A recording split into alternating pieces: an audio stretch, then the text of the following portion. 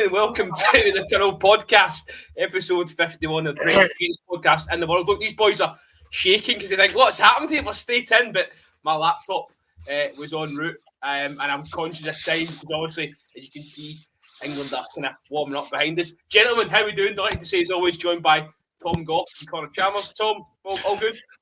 Yeah, I'm all right, mate. I'm all right. Yeah. You surprised me, mate. Listen, it was worth it. I could see you both kind of thinking, is this happening? Is this not happening? But it's definitely happening. Connor, how we doing? All right, mate? Aye, not bad. Aye, just glad that everybody was, decent and fully clothed. With a quick start there to the show, but aye, a bit annoyed. Obviously, last night's result, but other than that, fine and dandy.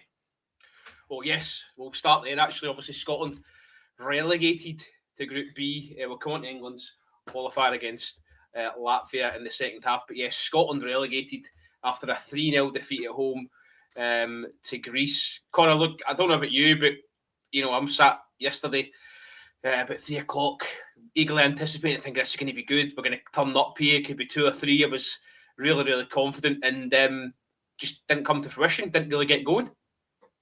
No, we didn't really. We were okay. I would say the first maybe 20 minutes or so of the game. We did have that, early couple of chances. McTominay had where he could have put us in front. We didn't take those moments when they came. And then for there, it turned into a bit of a car crash, really. I thought the defending was shambolic at times. And I don't know where that's came from. We defended so well, particularly in that second half, over in Greece to make sure we got out of there with a 1-goal lead. You're expecting that we'd come out high tempo, fully energy, up for this game, go and try and put it to bed. And it never really transpired that way at all. We didn't really pose much of an attacking threat for the bulk of the game. Their goalkeeper didn't have an awful lot to do. And I just think that's really poor at home. You can't have a home game like that against a side like Greece. They're a decent side. We've spoke about it. On Thursday night when we had a chat, and yeah, they're a decent side of Greece. But the reality is that they're a side who we still should have been able to go fairly toe-to-toe and go and compete and get after. And at no point did we really do that in the game, and then we let ourselves down badly with some terrible defending. I mean, the first 2 goals he scored, the build-up is almost identical, and I can't get how do you get caught out twice? A ball down the side and then cut across for the man running in for the outside of the box, just towards the edge of the box. Nobody picks them up twice, and I can't get in. And listen, there'll be a lot of criticism of Steve Clarke, and rightly so. I certainly have some criticisms of his decisions yesterday, but that for me is on the players as well. You have to take some responsibility. If you've conceded that goal already in the game, then don't let it happen to you again 10 minutes later. Make sure somebody is picking up the edge of the box this time. Don't let it happen. And it did. It was so easy. And don't get wrong, the young lad for them creates a great finish. He had a great game, as we expected he would. But yeah, just a really, really poor day at the office for Scotland yesterday. Tom, I know you watched it, the full 90. We were kind of back and forth throughout. Connor makes a great point there, isn't it? Just in terms of just being poor in both boxes yesterday. Yeah, I think I think it's the manner of the defeat, isn't it? Which I think is what's probably most painful for you guys. Is that I think the pair of you probably admit that if it was a hard-fought contest, and you've lost by a single goal, but you've given it a go, you've carved out some opportunities over the course of 9 minutes. On the whole, you've played quite well. Then, sometimes you can lose football games, can't you? But for me, it was just like Connor was saying. I just think the goals that you conceded were just far too easy. You didn't really make Greece work for them. There was some nice build up from them, but it just seemed far too easy, didn't it? Watching on the box, and they've a couple of real smart finishes, you know, to put it in the back of the net. But yeah, the build-up play, the lead-up into him was, yeah, it was disappointing from a Scottish perspective, especially the opener where, you know, you got yourselves in such a good position at the other end of the pitch. You know, you had, you know, you were kind of bombing forward with numbers, and I think it was a poor pass from Christie, which then, you know, gave them the ball back. You know, the attack broke down, and then they've gone down the other end and put it in the back of the net. Because to be honest, I didn't think there was too much in it up until then. I think, you know, both teams were kind of pressing quite well. They were limiting each other to not much. But then I definitely feel as well, you know, after that goal went in, your heads dropped a little bit. I did feel like there was a change in the stands as well, wasn't there? Which yeah, there was. Yeah, like you said, you could kind of, you know, there was a disappointment in the stands, and then, you know, we were talking about this in the pod last time, weren't we? How important the crowd were going to be, and yeah, it's difficult, isn't it? Because, you know, as a fan in the stadium, you need something to kind of liven you up and get behind the team. But I think you're right. I think the kind of players almost felt the anxiety throughout the stadium after the Greeks took the lead. That kind of transpired into then, you know, the football that they were playing on the pitch. So yeah, it was disappointing because, like I said, up until that first goal, I felt like it was quite an even contest. I felt like both teams were almost feeling each other out. But yeah, I think you're right, Rob. In that, I think it was then kind of become quite clear that maybe the Greeks had a bit more in attack than Scotland did. You know, Che Adams was once again finding it difficult to get himself into the game, and you know, it was kind of falling on McTominay's shoulders once again, wasn't it? You know, he was the one who was kind of a couple of half chances, couple of shots from the edge of the box, which were just pulled wide. You know, you can't keep relying on him alone, can you, to kind of do the business for you and you know, get the goals. So yeah, it was. I can imagine it was a very frustrating night for you guys. Oh, I could have turned it off at one point. I was that really, you know, seething after the third one went in. I just, you know, I thought, well, if they can't be bothered, why am I bothered? Continued. Just on Che Adams, does anyone know what he plays in Torino? Does he play up front on his own? Because he seems to struggle in that position for Scotland time and time again. There's maybe count a couple of occasions where he's thrived up there, but for me, and people might not agree with me, but I think Lyndon Dykes is the better option if you're going to play that style and look for that, you know, that target man. Almost, I don't see Che Adams giving us a hell of a lot, Connor. He doesn't when he's up there alone. I mean, I don't obviously see Torino's games or anything. I'm not entirely sure how he plays there, but I'd imagine it won't be like that all the time. It can't be. When you look at the performances he puts in, as you say, in the odd occasion, you'll get a good shift out of him, but more often not, he struggles. And yes, we're unfortunate that Lyndon Dykes was injured. Obviously, he was sporting a boot on the BBC yesterday. Whilst his microphone wasn't working, that was a shambles. Right, you should have known for that it was going to be that kind of day. But you know, you'd rather him in the dressing room and on the park. Unfortunately, not. And you know, Ben Doak missing as well hasn't helped us. But there were other options there. And Steve Clarke, and this is a criticism that has been labelled at him before, and will continue to be for as long as he's in the Scotland dugout, is that he's not adaptable enough. You know, he has that. This is my style of play. This is how we're going to do it. It's pragmatic. It's one up top. It's two. Sometimes when you have those issues with injuries, when your biggest threat in that style of formation isn't available, and when you've seen prior performances of Che Adams, like we did against Germany, where he was a non-entity during the Euros, like we did even against Greece on Thursday night, where he didn't really do an awful lot either. Those are moments where you have to examine it and go, right, maybe I do need to make a change here. Maybe I need to go with two up top for the start instead of going with Che Adams by himself. And he had plenty of attacking options there to do it with. You know, and he was seen that when he brought him on. And he had a guy like Tommy Conway, who's got experience, put him up alongside Che Adams for the start. Put James Wilson up there if you want to, or Hurst. It doesn't really matter. Just get somebody else up there alongside him.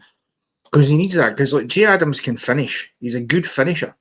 but he's not the kind of guy that's going to hold things up for you as a target man that's going to allow the team to build forward together. And don't get me wrong, there were once or twice where he had done that. There was a moment, and I was screaming at the television, where in the middle of the park, he does pick up the ball. He does well to hold off two Greek defenders to keep possession, and the midfielders and the rest of the team are far too slow to get up and support him and give him an option to play the ball forward. And, you know, that again is about pushing as a team rather than just lump it to him and see what he can do. You need that around you, particularly for a Che Adams. And he just, you know, he hasn't had it. Again, though, Steve Clarke had the chance to change that at half time. It wasn't working. Clear as light of day wasn't working. Didn't change it. And then 16 seconds into the second half, it's game over. You've conceded a third. What I can't believe is at 55 minutes when he made those changes, he took Che Adams off and brought Hurst on and kept the same system. Yeah. You're 3-0 down. You got it's you know it's you know, you've got nothing to lose now. This is the thing I just couldn't get my head around. I think we were saying it, Rob, is that like, well, just why don't you just roll the dice now? You know, Greece scored within the first minute, didn't they? The second half, he made the changes at 55. So you're thinking, okay, well, this is the time now. Then he puts another striker on with Che Adams up top. You go all out. All right, you might concede a couple more goals, but it doesn't matter. Like, you know, you've got to try and get yourself back into this game if you want any chance of you know, staying in the top group in the Nations League. And he took Che Adams off and brought another striker on and kept the same system. They were all like for like changes. And I was kind of sat there thinking, you know, and I saw a few moans and groans on social media as well, saying, well, like, you know, that kind of sums Steve Clarke up. Like, there's nothing to lose here. Like, you know, why don't you just go with two up top? All right, it might not work, you know, but you've got nothing to lose. See if, you know, it does produce something. See if, you know, they can, you know, carve out a bit of a relationship for 35 minutes. You know, you might get a goal. You know, a goal. One goal, and there's only one goal in it, then, isn't it? You know, you know. So I just can't understand why he was so cautious at the 55-minute mark. Why he didn't just go for it? Because, you know, you had plenty of striking options on the bench. Like you said, Hurst came on, Conway came on around 70, 75 minutes or whatever it was. You know, but it was too late then, wasn't it? You know, 15 minutes is difficult to have much of an impact, and you're still chasing the two goals, aren't you? So that was you know, as a neutral watching the game, I found that frustrating. So I can't imagine like what you guys were thinking when, you know, he didn't just go hell for leather and go for it. You know, when he made those three changes on 55. I think the game was lost in more ways than one at that point. You know, the booing of Gilmore coming off, fans weren't happy at that. The fans that were left in the stadium, that is, we could have played all night and not scored in that shape. Do you know the thing is? Do you know why they weren't happy with that though, Robert? Because at that point in time in the game, everybody was saying Christie's the change you need to make. If you're going to bring Ferguson on, you need to take Christie off, because whatever he was trying to do with Christie yesterday, and it was the one change he had made for the away tie in Greece, was to drop Ferguson, I think, very harshly, and bring Christie in. Christie was offering nothing. He was having a poor game. They all were, but Christie in particular. There was moments of the game where he would pick up the ball in good areas, and he kept just throwing away possession with wasteful passes that he was never going to make. I mean, there was one point he picks it up, and he's towards the right-hand side of the box. He's maybe 30 yards out for goal, and he tries to ping one almost hurled around the defender to the other far side for Andy Robertson coming in. But that ball's never on unless you get an absolutely pinpoint position. And he didn't. There was, in the end up, he totally miskicked it and just goes straight to the defender. And I think people were genuinely getting frustrated with Christie. Gilmore was at least trying. He was out there bombing up and down the line as best as he could. And so when you see that change, you think, well, how can you be watching the same game as us and think he's the man to take off, but the guy who's give you nothing but wasting opportunities is the guy to stay on? It was almost like a stubbornness that no, I brought him in, this is what I wanted to do, and I'm going to stick with it. It will work. And it just didn't work. And that's where I think the fans were starting to go, do you know what? enough. And you've got to remember as well, these are fans now who have only seen Scotland win 1 from the last 7 games at Hampden Park. It's nowhere near good enough for any Scotland team in terms of home form. So I think they had every right to be angry at that point in the game. Was Christian, I don't know if it was the second or third one, he played a square pass, and then they obviously they break up the pitch and scored. That was the third one, maybe the second one, third one. Second goal, yeah, second goal. Mm-hmm. It was one of them. Just Conor, if I can stick with you, because I wanted to bring this point to you. After the game, they catch McGinn, obviously cold from emotion of just being, relegated into Group B, and he said, look, it's an embarrassing night for us. Steve Clark's then picked up in the media room kind of 20 minutes, half an hour after full time, and he said, to the contrary, that it wasn't embarrassing. He said, since managing this nation, I found that it's bumps in the road, and this is just another bump in the road. What do you make of that kind of? There seems to be from a group that was so unified and tight. This seems to be maybe the first chink in the armour, so to speak. And does that then fall into the fact that before this campaign, if you want to call it, it's kicked off, Steve Clark's almost, he's told us it's going to be his last. It has done. I would be, if I'm the SFA right now, I'd be looking at it again and going, well, he said it's going to be his last anyway, but is it worth considering making a change before the summer, before the World Cup qualifying campaign kicks off, and give somebody else that crack at the whip, purely because, I mean, I agree with John McGinn. Of course that's embarrassing. Look, again, I'll go back to Greece, decent side, beat England, had a fairly good campaign in the Nations League themselves to be in the playoff position, and all credit to them. But they're not a team that should be coming and beating Scotland 3-0 at Hampden Park. This isn't a Portugal, a Spain, a Netherlands, a France. This isn't one of your glamour teams. We should be competing with Greece. I mean, they're above us in the world rankings, but not by much, and it's only a couple of spaces. Do you know what I mean? Like the difference is nothing when it's that. And so it is embarrassing, particularly when you can go over there and win 1-0, and then you come back and you deliver that dog's dinner. He's right to say that. And I think Steve Clark kind of needs to wake up and smell the coffee a bit and realise it's not good enough. And I think probably that frustration with a guy like McGinn will come from, he's playing at a club in Aston Villa, who are, Tom's no interested anymore. Right, he's a bit of jiggery pokery with his equipment will be back. He's gone for a club level at Aston Villa, who are fairly positive, who are quick in the front foot, who like to play with the ball in the opposition's half as often as they can and try and go and score as many goals as they can. You don't get that in Scotland. We don't very often go and score 2 or 3 goals in a game. And that's been the whole way through Clark's era. And listen, we've had some fantastic results. Don't get me wrong, and we've been in 2 tournaments, but where we've been found out, particularly in those tournaments, is that lack of ability to put the ball in the back of the net more than once in a game sometimes, because you can't win every game 1-0, and that, I think that's where probably some of the frustration has been felt, because McGinn must feel like a lot of other players when they come at international level. Take the shackles off, take the handbrake off, give us 2 up front if you don't have digs. Don't stick with stupid things that aren't working. And so I think there is a chink in the armour there. I think it's easier as well for the players when they know the manager's on his way out, that this is his last campaign. They maybe don't feel the need to be as protectionist as they normally would. But no, for me, I think McGinn hit the nail on the head. It was embarrassing. Whatever way you want to slice it. I'm going to bring him back in. I hope he's prepared, but because I'm going to quit. All right, he's back. There we go. Yeah. What's going on here? Mate, I don't know what's going on. It's always bloody me, innit? Keep yourself like that. It's fine. Is that right?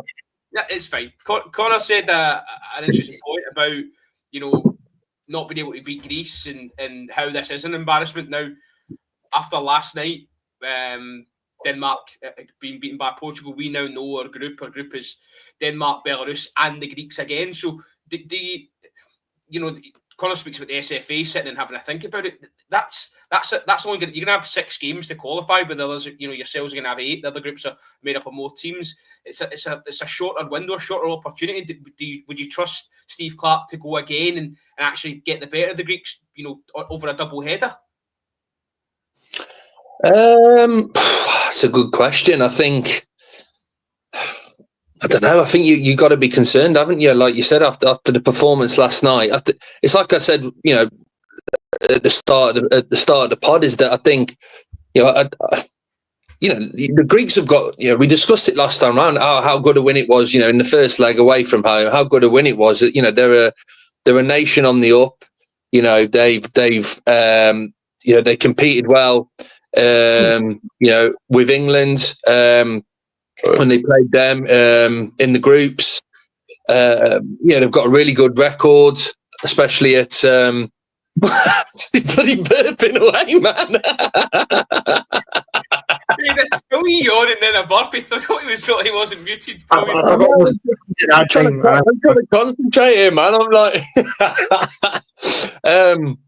like I say, mate. Yeah, they're a team on the up, and this is the thing. I think if you'd lost that game against Greece, by a close margin, and you put in a good performance, and really, really made them work for the victory, I don't think it would be too bad, because, like I said, they've got some very good players.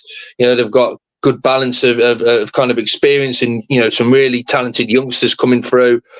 Some players who play at the highest level, doing well in the Champions League, etc. But yeah, I think it was just the manner of the defeat which is most concerning. Like you said, going into those qualifiers now, the Greeks will feel that they've got your number, so to speak, won't they? They'll be really confident of getting, 2 wins against yourselves. And the Danes they're a step above, aren't they? The Greeks, you with the players that they've got within their ranks. So yeah, I'd definitely be a bit concerned, if I was a Scotland fan now. And I think,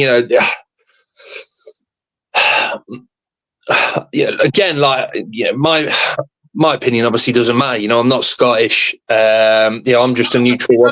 You're on a podcast, mate, so your opinion matters. Yeah, but it's easy for me to say, oh, you should get rid and you should bring someone else in, or you should keep up, etc. Because I don't know. There's obviously not as much at stake for me, but I ever since we started this podcast, which was off the back of the Euros, and we were covering both Scotland and England, I do feel that it's got a little bit stale under Steve Clarke. I almost feel like he's got as much as he himself can get out of this team, out of this squad. And I do think overall he has done a good job, but I just almost feel like he's hit his ceiling, so to speak. And, I think that was a good example of that last night, in that, what you guys were chatting just before I dipped off, was that,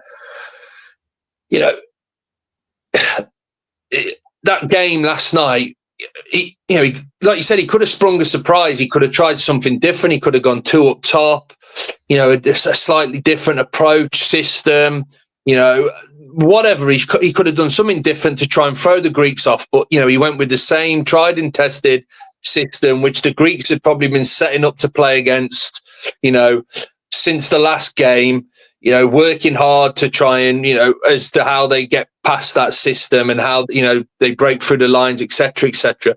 So when the game kicked off, there was just no surprises for them whatsoever. And, like I said, it all just seemed a bit too easy for him. And then it could tie into what I was saying then about the changes in game. Has Clarke then got the ability to tweak the system, change something, mid-game that's going to try and, drag the game back into your favour? Well, no, he hasn't, because he just makes like-for-like changes, and again, it's almost too easy for the opposition manager. So, I personally think, you need to freshen things up, I do. And I think for Clarke as well, because, like I said, I do think he has done a good job with you guys. But, we all know the longer it goes on, if it kind of carries on and things don't improve and they get worse, it's going to end, it's going to end bitterly, isn't it? And it's all going to end a bit sour for him. And,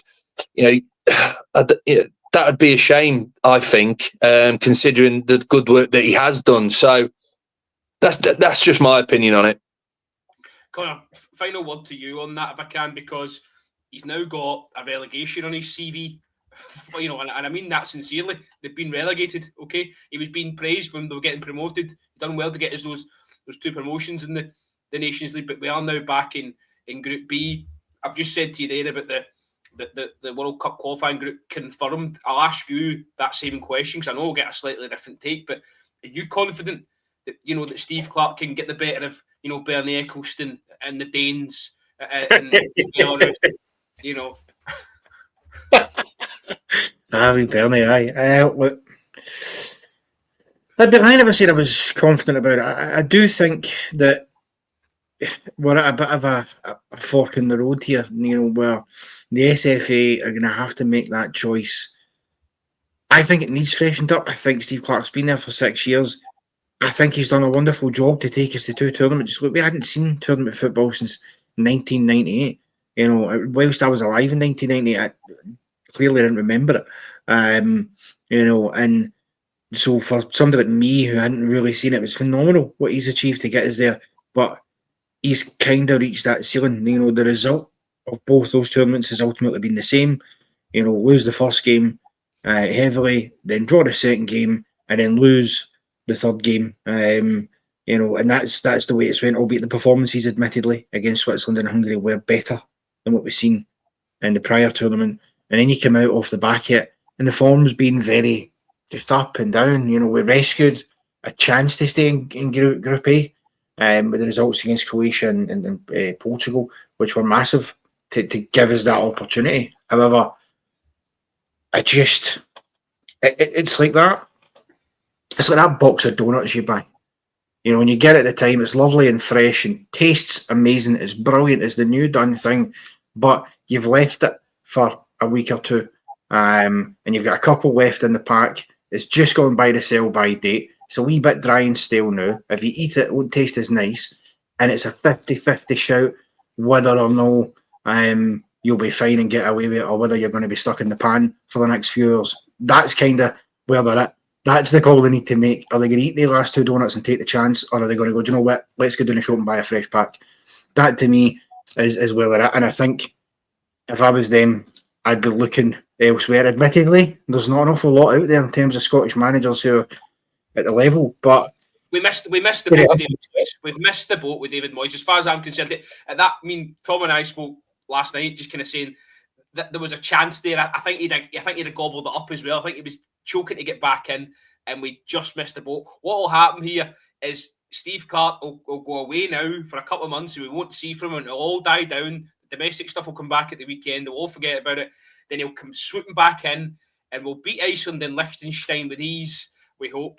Touch wood, and then he'll get into the World Cup qualifying campaign, and he'll get the shot. That's how I see it playing out anyway. I don't see Ian Maxwell pulling the trigger because of what he has done, as you say, Connor. Unless there was a massive swell, you look at the crowds at Hampden; they're very good at the moment. That may change come these 2 games, albeit. But I just think that when international football, you do get a bit of time because of the games that are, they're so kind of sporadic. You've got a couple of months to go and kind of, hide yourself and let it all kind of die down. But we'll watch that one with bated breath. As I say, the SFA for you, they're obviously fans of out-of-date donuts. That's clearly what we've learned there. They need to stop buying the yellow stickers. Right, okay. Let's move on to England as swiftly as we can. Tom, actually, you're having a right night of it. You are chopping between devices, gobbling away. What are you scanning? There's that peanuts or your dinner or is it donuts? Oh, sports mixture. Oh, sports mix. It's a great shout, that. Great. The message just snuck him in, mate. I couldn't just let him sit there. I had to dive straight in, I'm afraid. Sorry, mate. Right, okay. England, Albania, 2-0 win. We didn't see much change early doors under Thomas Tuchel. I listened to Declan Rice speaking this week, and he was talking about kind of changes and said one of the big ones was about ownership. And if you see stuff on the park, you've got to try and take charge and make it your own. Did you see anything positive on the weekend that's made you kind of think that Thomas Tuchel's the man here? He can take us to a World Cup. I think I'm confident. You mean like take us to a World Cup win? You mean like to victory? They're talking about second star on the badge. Yeah, no. It's way too early to start talking about that.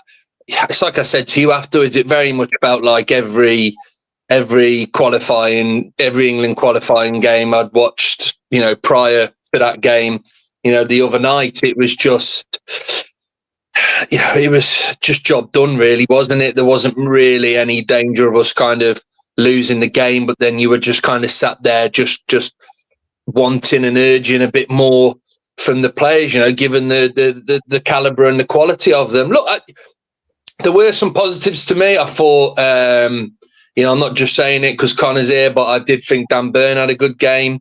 I was one of these who was a bit, whilst I liked I did like the story behind Dan Burn getting called up to the England squad, considering how he started and the journey he's got to get there. I was thinking, is it the right call at this point in his career? But look, I thought he played well. He looked composed. He looked a threat at the opposition end as well. Was quite close to getting a goal. Unlucky with that header. And I was impressed with Lewis Skelly, who played, left back alongside him as well. He obviously got the goal, and I thought he had quite a positive game. Quite a bright debut. But then, it was just, I think the biggest disappointment for me was Foden and Rashford, in that I think it was quite controversial, those two being included because of the poor form that they've been in for their club teams so far this season. I know Rashford's kind of improved a little since he's gone to Villa, but still, it was a bit controversial in terms of some of the people that they got ahead of. And again, I didn't think they showed enough to warrant that inclusion. And again, it's against a kind of average team in Albania. You're thinking it's a good opportunity for those two to put in a positive performance and build a bit of confidence and kind of quieten down the moans and groans from social media, etc. But I didn't think those two played particularly well at all. But yeah, look, it's like I said before the game on the last pod we did, I don't want to kind of come across too critical early doors because it's his first game, isn't it? It's his first game. Obviously, tonight's going to be his second game. You're probably going to discuss the starting 11, but he's made a few changes. So he's obviously, he's experimenting still, isn't he? And he's trying to work out what players he can trust, what guys maybe aren't going to kind of cut it and fit the bill underneath him. So I'm intrigued. Let's put it that way to see how the game plays out tonight. I'm just hoping for a bit more.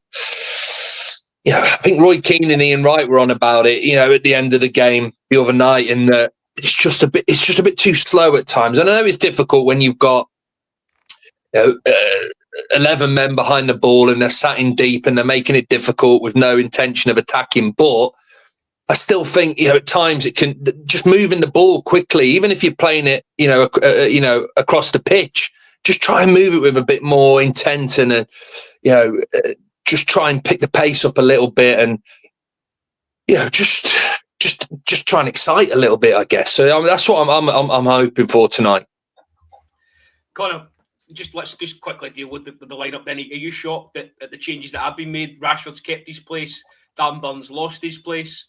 Obviously, Morgan Rogers, we're happy to see him coming because he's certainly one that can excite. Yeah. I think Jared Bowen as well is one that has got potential to excite. I think Jared Bowen gets a bit of a raw deal sometimes when I'm heard him spoke about. I think he's a good player. Agreed. No, I like Jared Bowen. I think he's a very good player. He's attracted interest for clubs out with West Ham for that very reason. I think more than merits being in the squad in the starting lineup as well. Reece James, I'm no convinced by at all. I'm mystified. I was mystified he was even in the squad. I don't get what is it Reece James has done to earn that. I mean, he's not, exactly a top hitter for Chelsea anymore. So I don't know why he's there. I think that's harsh. I feel slightly sorry for the big man, for Big Dan Burn. But given the fact that what happened to Anthony Gordon, if it means that no more injuries to Newcastle players, then I'm happy. I wonder though as well, looking at it for the last game, I mean, Gibbs White on the bench, that's a positive. I want to see him tonight. I don't know why Tino Livramento has completely dropped out. Why he's getting a nod. Just to jump in, sorry, mate. It would be interesting to see if someone asked him if he was going to play Gordon tonight. And that's why Rashford kept his spot in that he was going to give Gordon a run out, and because I think the only reason Rashford keeps his spot is there isn't much. Tuchel spoke about Rashford and Foden and said he spoke to both of the players in front of the group. He said that their effort off the ball was really impressive. Their numbers, their sprints. He said that Phil's just not finding momentum at the minute and needs a connection to a number 10, and he's taking responsibility for that. But he praised both players, which doesn't then shock me to see that Rashford has kept his place. Yeah, I agree with Connor 100%. I would have liked to have seen, Gibbs White in there somewhere. I know Rashford's a different kind of player. It seems that, mate. Well, but then this is the thing I was about to say. Then, well, he's gone for two kind of more traditional wide players, but then he obviously played Foden in the last game, who you'd probably say is a similar kind of ilk to Gibbs White. So, yeah, it's odd. It's odd. He obviously has, rates Rashford highly. He's obviously, keen to give him plenty of game time to try and get him back up to speed. But yeah, the numbers. Look, yeah, all right. The numbers off the ball might be good, but you as fans watching the game, you want to see, you want to see him score goals. You want to see him get assists. You want to see him have some sort of, impact in attack, not just kind of getting back when they need to, and you're getting the miles in. That's not exactly. It's not exactly something to kind of sing from the rooftops about, is it? I don't think so. I think if Rashford puts in another kind of underwhelming performance tonight, I think people will start asking the question. Well, if he starts again next time round, like, well, what's he doing here? Like, well, why does he keep persevering with Rashford when he's not really doing much? I think as well. I do think that he's in a funny position now, Thomas Tuchel, because I actually think that the group England have been drawn in for this World Cup qualifiers, I don't think it does him any favours at all, because he can chop and change and experiment with different players in each game. But when you're playing, Latvia, Andorra, Albania, Serbia, these are all sides England should be beating. Now, don't get me wrong.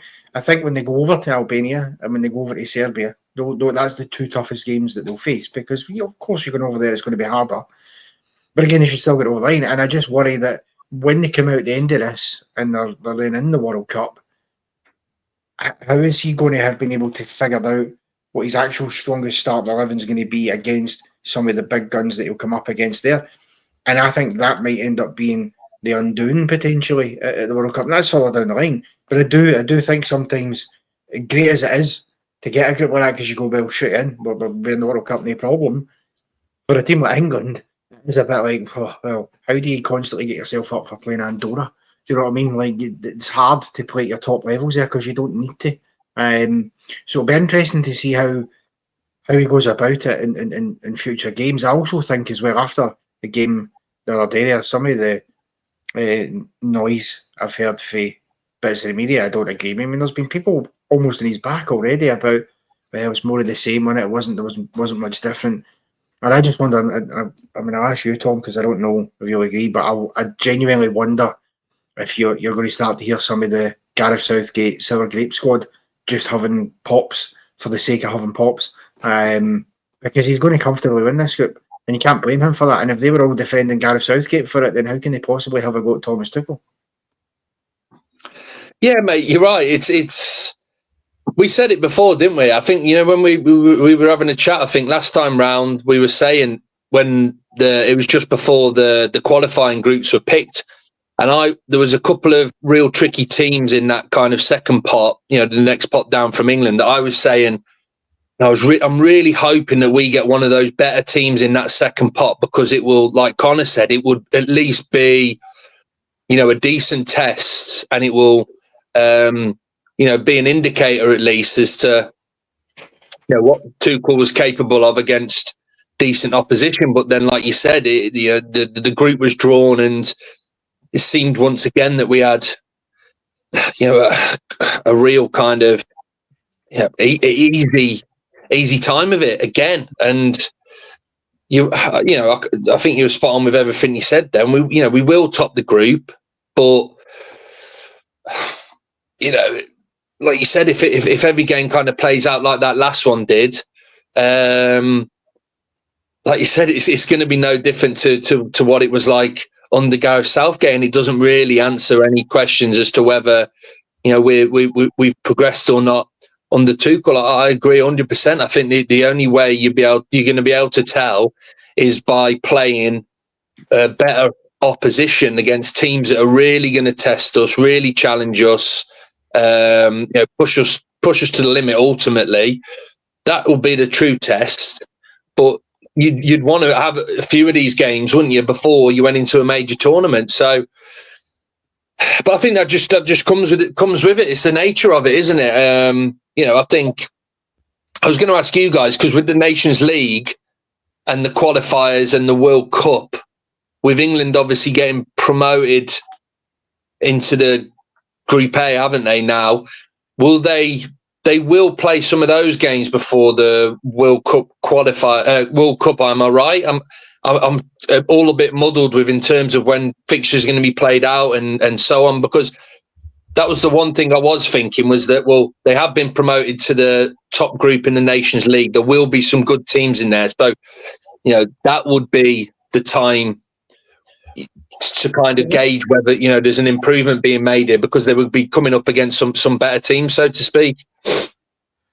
Yeah, they might go on to play games, because there's six qualifiers after this for England, so you'd imagine there's got to be a Nations League in there at some point, unless that starts after the next World Cup, though. I'm not sure. Yeah, I believe it may do. I'm looking at the fixtures now, and it's England's games in June and stuff, friendlies against Senegal, etc. So, you'd think they might have packed. There was a couple. I was going to see about that then. Why does FA not go, right, get on the phone to the Italians or the French or something like that?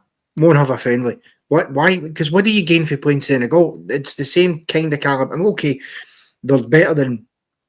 It's a different style, isn't it? They're trying to get something from a different continent, where maybe a different style that they might face at World Cup. So go and get Brazil or Argentina or Uruguay or even one of the better known African sides as well. You know what I mean? I just feel like England need that. Because what helps these other sides, and I know we're pushing time, but what helps the other sides when they go into World Cups? They're constantly playing against each other before it. Look at last night. And by the way, what a night of action it was in the Nations League last night. The amount of goals across all the games, 3 of them going to extra time. But you had Germany taking on Italy. You had Spain against the Dutch. Portugal are playing Denmark. And then even in France, Croatia, I repeat, the 2018 World Cup final. And these teams are now going into a semi-final where 4 of them, France, Portugal, Spain, Germany, are all in that hat. They're not going to play each other. That's incredible. Because there's a third place playoff in that as well. So regardless, that's better exposure, because that gives you better. Yeah, then you're going, right, well, let's prove ourselves against these, teams that are as good as we are. And I think England do need something like that in there. 100%. And this is like last, I'll try and wrap it up, but I think absolutely spot on. I think there's only 2 ways that Tuchel is gonna get the England fans on board.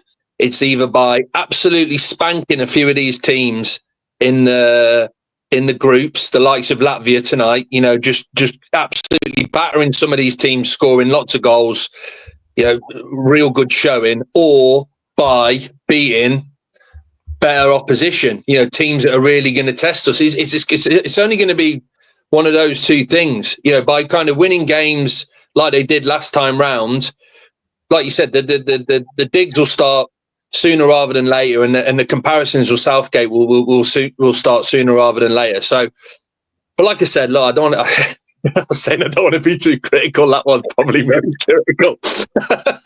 But look, we've got to give him a few games, haven't we, to kind of to settle in, learn who his favoured players are going to be, formation, approach, etc., and then is the time to start judging. Then, isn't it? Really.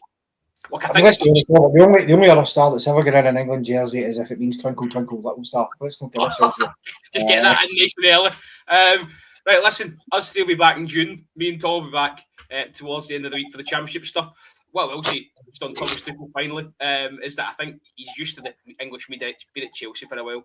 I don't think he'll be faced by that. So, again, we'll come back and reconvene in the summer. The three of us, as I say, me and Tom will be back towards the weekend to talk domestic stuff. Thanks for joining us. Enjoy the game tonight. Cheers.